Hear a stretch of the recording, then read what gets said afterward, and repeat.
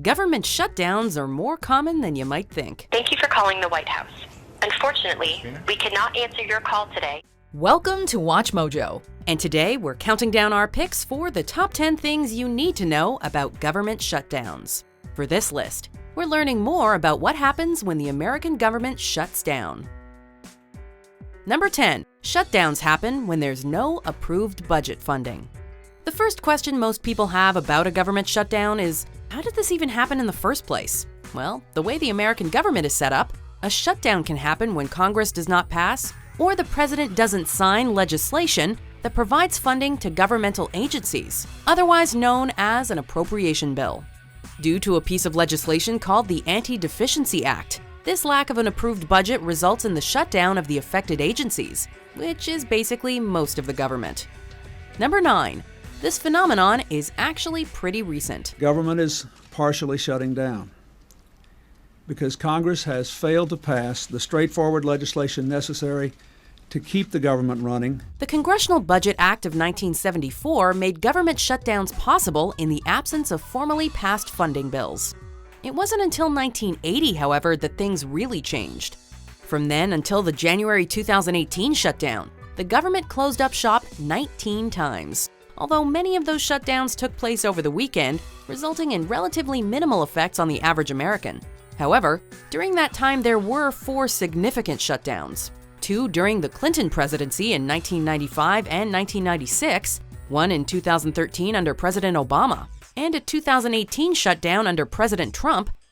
Number 8. They could make you sick. Okay, maybe not directly, but your health could definitely be affected. How?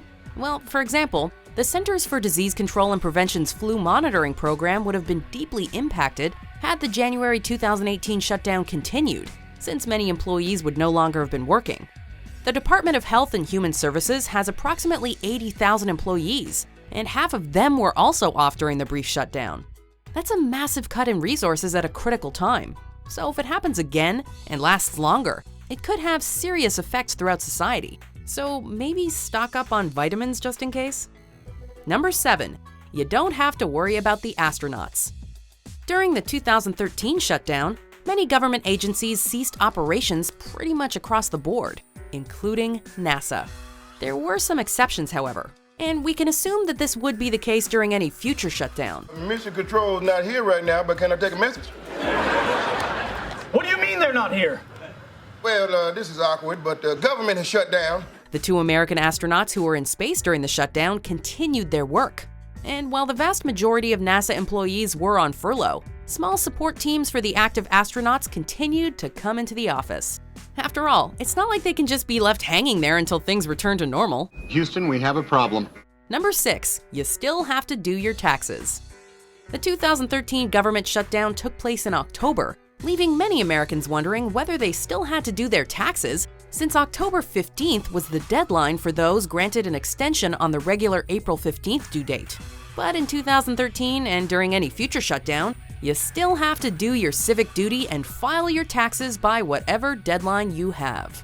IRS employees are part of the category of federal workers who do not work during a shutdown. So filing taxes or getting a refund, or answers to your pressing filing questions, might be a huge hassle, but you still gotta do it. Number 5. Your travel could be affected. Luckily, any major travel plans you may have are probably safe even during a government shutdown, because transportation agencies like the TSA, Border Patrol, and Immigration and Customs Enforcement will still be functioning as normal, since they're considered essential services. But let's say you're waiting for a new passport. You're probably SOL on that. Or let's say you're planning to take in some local sites like a national park, zoo, or museum. You should check to see if they'll be open, because if they don't fall under the essential services category, they'd be closed for the duration of any shutdown. That is unless, for political reasons, the government tries to find a way to keep them open with budgeting or legislative trickery. Number 4. Military personnel may not be paid right away. The Office of Management and Budget decides who exactly continues to work during a government shutdown. But one thing that remains consistent is that anyone deemed emergency personnel, like federal police officers, healthcare workers in federal facilities, and air traffic controllers, will all continue on as normal, or close enough. This is also the case for active duty military members. However, had the 2018 shutdown lasted longer than just a couple of days and extended into February, members of the military would not have been paid for their work, and that ain't good. Number 3. Federal workers do eventually get paid. Even though the majority of them will not be working during a federal government shutdown, workers receive pay for the days they miss. That makes sense considering they have no say in whether they work or not. The problem is, they likely won't end up getting paid on their normal payment schedule, which could mean financial troubles for many. Once things get back to normal, federal employees should quickly receive back pay for the salary they missed out on, but it's not guaranteed. Individual agencies each have their own measures to deal with a shutdown. Number 2. No one knows how long a shutdown could last. Of all the government shutdowns in U.S. history, most have not lasted that long, all things considered. The 1995 and 96 shutdowns ended up totaling 27 days, and the 2013 shutdown lasted 16 days. But there aren't really any measures in place to put a limit on the length of a shutdown. That means uncertainty for everyone involved, because it's up to Congress and the president to sort things out and ensure everything goes back to normal in a timely fashion. Considering how much money they cost, no one wants them to last long, but severe dysfunction could make it happen. Before we unveil our number 1 pick, here are some honorable mentions.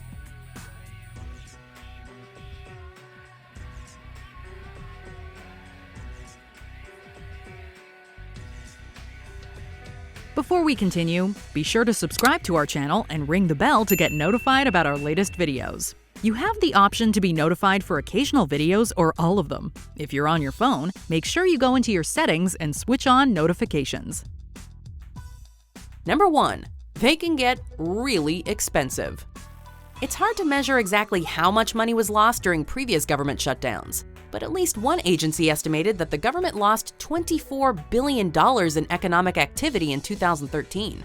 Just the salaries of employees who weren't actually working for those 16 days cost a whopping $2 billion. The 1995 and 96 shutdowns similarly cost $1.4 billion in lost productivity.